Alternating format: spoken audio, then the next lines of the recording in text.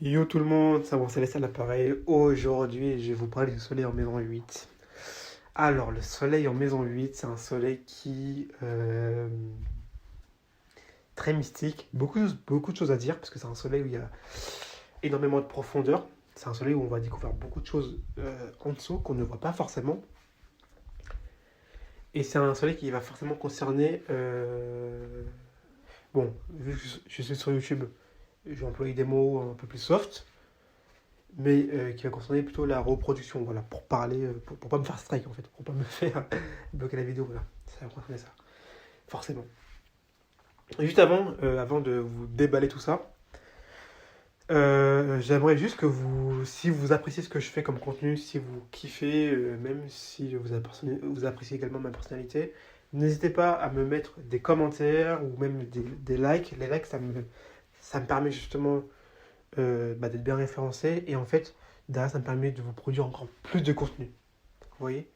Ça me permet d'avoir plus de contenu, donc forcément, ça va m'aider. Et vous aussi, n'hésitez pas à me dire ce que vous en pensez, hein, voilà.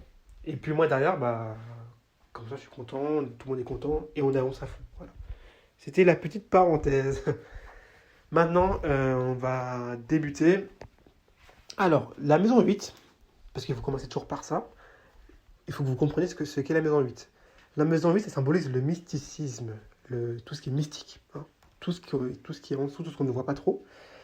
C'est la capacité aussi à voir l'inconnu, l'occulte également, et la connaissance des secrets, notamment la psychologie. Donc c'est vraiment, vous voyez, c'est vraiment tout cet aspect mental, mais mental sous-jacent, voilà, ce qu'on ne voit pas forcément, ce qui n'est pas palpable.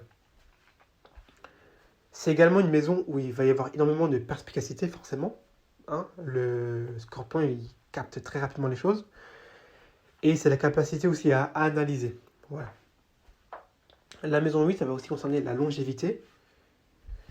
Mais vous allez me dire, mais comme ça, la longévité, je comprends pas, normalement, c'est pas ça, c'est la maison de la mort. Laissez-moi finir.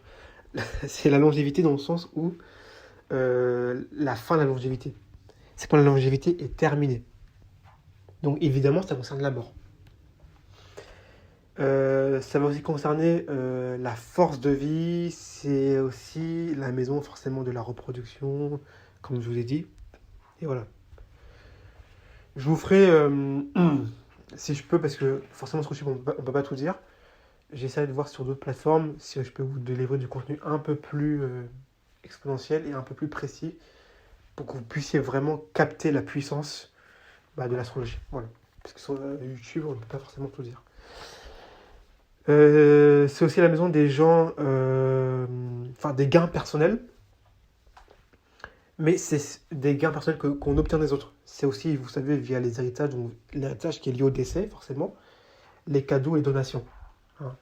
C'est pas l'argent qu'on gagne en travaillant, c'est l'argent qu'on gagne de la part des autres. Voilà. Et c'est une maison qui est quand même individuelle et pas très coopérative. Le soleil, comme vous savez, le soleil c'est l'âme, donc avec d'un côté la conscience, donc on a la lumière, l'aspect public et le leadership, et de l'autre l'identité avec l'ego, le cœur et la santé. Alors, très de bavardage, on rentre directement dans le vif du sujet. Premier point, le soleil c'est l'ego. Le soleil, comme vous savez, c'est le soleil c'est soi, et je vous l'ai toujours dit, voilà. La maison 8, c'est également soi, c'est soi, mais plus sur le côté, pas trop de l'ego, mais plus de l'individualité. La maison 8, c'est extrêmement individuel. Le scorpion est individuel, indépendant. Le scorpion, il est indépendant. Il n'a pas besoin des autres. En tout cas, il n'a pas besoin des autres. Donc, globalement, ça va donner une personne qui est individuelle, forcément, non conformiste, non coopératif, et plutôt provocateur et rebelle. On a une personne qui va pas forcément écouter ce qu'on lui dit, il va plutôt faire comme il a envie de faire, quelqu'un de très individuel. Et on va voir quelqu'un qui va plutôt vouloir se rebeller plutôt qu'écouter ce qu'on va lui dire.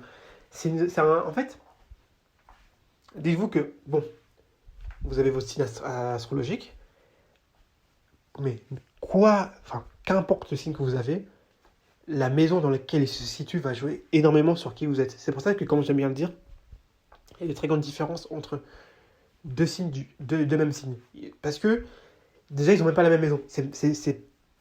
Peut-être qu'ils ont la même maison, ils n'ont même pas peut-être dans le même décan, dans la même triplicité, et même, déjà pour avoir le même signe dans la même maison, et avoir le même ascendant, c'est déjà quasiment impossible. Vous avez peut-être rencontré aucune personne dans votre vie qui a les mêmes aspects que vous dans votre thème astral. Donc c'est pour ça que entre quelqu'un qui a un exemple tout simple, hein, quelqu'un qui est poisson en maison, je sais pas, en maison 5, voilà, une maison plutôt de tranquillité, d'intelligence, voilà, donc on aime s'amuser. Quelqu'un qui est poisson en maison 8, mais ça n'a rien à voir. Parce que le poisson en maison 8, il va être beaucoup plus porté sur l'individualité. On va avoir un poisson qui, malgré que il est plus porté sur... il est renfermé sur lui-même, qu'il a beaucoup d'émotions en lui, qui n'a pas de facilité enfin, qui a aucune difficulté à donner, qui, voilà, qui a vraiment cet aspect-là. Malgré qu'il ait tout ça, il va être beaucoup plus... Il va être comme ça, mais de façon beaucoup plus profonde, donc de façon beaucoup plus individuelle. Il va pas hésiter à être, quand il fait des têtes, quand il aide les gens, à être plutôt exclusif. Donc il va en aider certains, mais d'autres pas. Et il va plutôt, dans certaines positions, être provocateur, vous voyez. Pas hésiter à se rebeller contre ce qu'on va lui dire. Donc ça peut vraiment faire la différence. C'était une petite parenthèse, mais voilà, j'aime bien le dire, mais voilà. Deuxième point, le soleil, c'est la vision. La maison 8, c'est la vision. Donc qu'est-ce que ça donne? Ça donne des gens qui sont perspicaces, forcément, qui sont intuitifs, surtout pour des choses invisibles qu'on ne peut pas voir. Donc on a des gens qui comprennent rapidement les choses. Et les gens qui ont le soleil en maison 8, en un coup d'œil, ils comprennent qui vous êtes. En un coup d'œil, intuitivement, ils comprennent dans quel genre d'aspect vous êtes dans votre vie. Quel genre de personne vous êtes. Et ça, c'est dû à la force de la maison 8.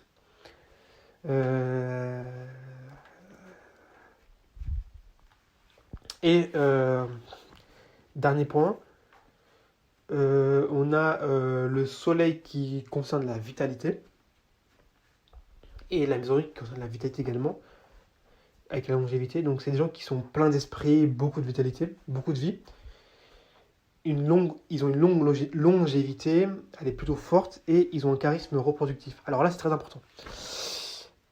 Pour le dernier point, quand on dit qu'ils ont beaucoup de vitalité, la vitalité est très très liée à la fertilité en fait. Les gens qui sont pleins de vie, qui sont... je ne vais pas dire beaucoup d'énergie, parce que c'est pas vraiment corrélé, mais qui ont beaucoup de vie, qui ont beaucoup de vitalité, vous voyez que on sent que la santé elle est là, vous voyez, on sent que ils prennent la vie à pleines dents. C'est des gens qui sont généralement très fertiles et généralement qui ont un côté reproductif assez fort. C'est-à-dire qu'ils vont avoir tendance à côtoyer beaucoup de personnes, faire des choses avec beaucoup de personnes, tout type de choses. Et en fait, c'est vraiment profiter de la vie et croquer la vie à pleines dents. Quand je dis beaucoup de vitalité, c'est vraiment croquer la vie à pleines dents. Donc croquer la vie à pleines dents dans tous les sens du terme. Hein. Que ce soit pour des amourettes d'un soir, que ce soit pour sortir dehors, voyager, dépenser, enfin dans tous les aspects de la vie, c'est ça, beaucoup de vitalité. Vous voyez, c'est vraiment cet aspect-là. Mais là, comme c'est dans la maison 8, c'est beaucoup plus sur forcément l'aspect corporel, humain, donc l'aspect du contact physique avec autrui. Voilà. Donc on a globalement une personne qui va être individuelle, qui va être plutôt intuitif, non? Vous voyez, donc on va avoir une personne qui va être plutôt concentrée sur lui-même, qui va vite comprendre qui vous êtes, et qui va avoir beaucoup de vie. Vous voyez, beaucoup de vie à donner, la vie qui déborde. Donc voilà, c'est normalement tout ce que je voulais vous dire. Juste avant que vous partiez, parce que parfois vous aimez bien partir très rapidement, je vais vous demander quelque chose, je vais bien le faire. Regardez autour de vous les gens qui sont scorpions ou les gens qui ont un soleil en maison 8, si c'est même vous. Et je veux que vous regardiez tout ce que j'ai dit, donc les 3 points, et que vous les regardiez sur vous-même, si vous l'êtes, ou sur d'autres personnes qui le sont. Voilà. Et que vous reveniez après en commentaire pour me mettre un commentaire, pour savoir au moins si pour vous ça fonctionnait ce que j'ai dit. Et n'hésitez pas aussi à me dire des choses de votre côté, hein. Si vous voulez que je vous voir des choses, des vidéos, des aspects de la vie, on peut tout voir avec l'astrologie, comme je vous l'ai toujours dit, on peut tout voir. Euh, on peut tout voir. Dernièrement, on m'a demandé si on pouvait voir si deux personnes étaient gays ou s'ils avaient des proportions à l'être. C'est ce qu'on m'a demandé dernièrement. Je lui ai dit que oui, on peut le voir. On peut tout voir avec l'astrologie. Donc, n'hésitez pas à me demander, même il faut me demander des choses de mon côté, hein, me demander oui, est-ce que tu peux faire ci comme ci, tu peux faire comme ça, ou n'importe quoi.